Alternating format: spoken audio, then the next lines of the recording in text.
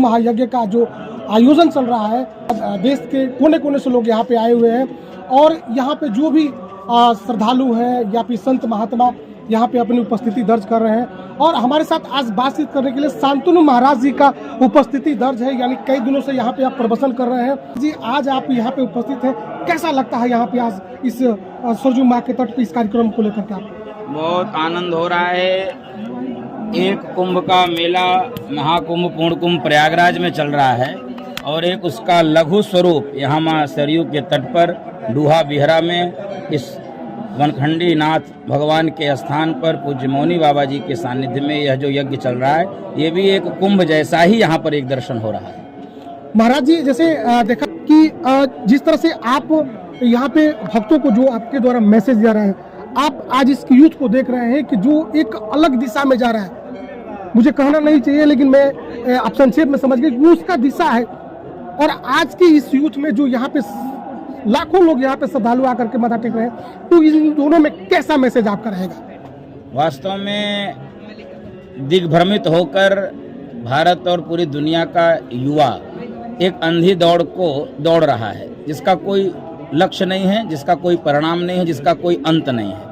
लेकिन ऐसे युवाओं को यहाँ आकर देखना चाहिए और ऐसे युवा यहाँ पर सक्रिय हैं जो वास्तव में समझते हैं कि इस युवा अवस्था का, इस जवानी का, इस युवानी की सार्थकता क्या, इसका प्रयोजन क्या है। निस्वार्थ रूप से, निःशुल्क रूप से यहाँ पर 24-24 घंटे अपनी सेवाएं दे रहे हैं, खट रहे हैं, चाहे वो सुरक्षा की व्यवस्था हो, आवास की व्यवस्था हो, भोजन भंडारी की व्यवस्था हो अथवा यज्ञ की व्यवस्था हो, पूजन पाठ की सारी व्यवस्था। तो एक भारत में एक धर्म का नव जागरण हुआ है।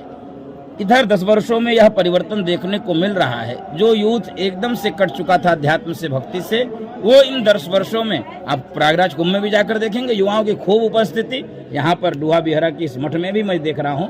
तो मुझे लगता है कि युवाओं को एक यह संदेश है, अपने जीवन की सार्थकता को समझें, अपने जीवन के उद्देश्य को समझें। यह अंधी दौड़ के लिए नहीं है, यह एक स्थायी निर्धारित लक्ष्य को प्राप्त करने की दौड़ है।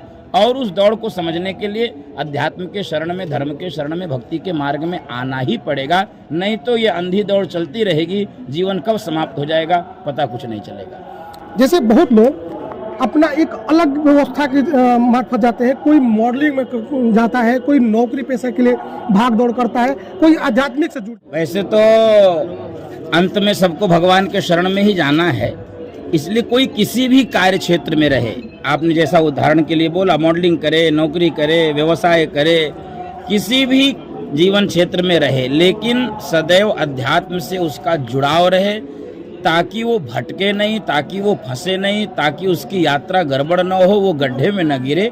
बाकी उसको जो करना है वो करते रहे, क्योंकि अंत में उसकी शरणागति, सद्गति इसी मार्ग में आने से होती है। इसलिए मेरा निवेदन ये रहता है कि सब अपने काम को करते रहें, लेकिन अध्यात्म के पथ से, धर्म के पथ से जुड़े रहें, ताकि उनकी सद्गति हो जाए। अंतिम सवाल, इस महायज्ञ से आप यूथ को, यानी जो भी लोग आपको देख रहे हैं, सुन लो, क्या मैसेज देना चाहेंगे? भारत यज्ञ भूमि है, यज्ञ की संस्कृति है। भगवान ने गीता में कहा है कि संसार के लोगों को यज्ञ से बचे हुए अन्न को ही प्रसाद के रूप में पाना पड़ता है। जैसे हम सब भोजन करते हैं, ऐसे ही यज्ञ देवताओं का भोजन है। और जब देवता तृप्त होते हैं तो हम लोगों के लिए नाना प्रकार के सुख सुविधाओं, संसाधनों को उपलब्ध कराते हैं। तो मेरा एक तो स्पष्ट संकेत यह है, इस यज्ञ के माध्यम से यह निवेदन, यह संदेश है कि एक सेवा की दृष्टि हम सबके हृदय में उत्पन्न हो कि देश में जो युवा अवस्था है वो सेवा के लिए जानी जाए, सेवा के लिए पहचानी जाए। तो यहाँ पर जैसा देखने को मिल रहा है, मैं विगत 5 दिनों से हूँ यहाँ पर, तो एक बड़ा युवा वर्ग यहाँ पर निस्वार्थ रूप से सेवा कर रहा है और इस यज्ञ की सुगंध से अपने जीवन को सुगंधित कर रहा है।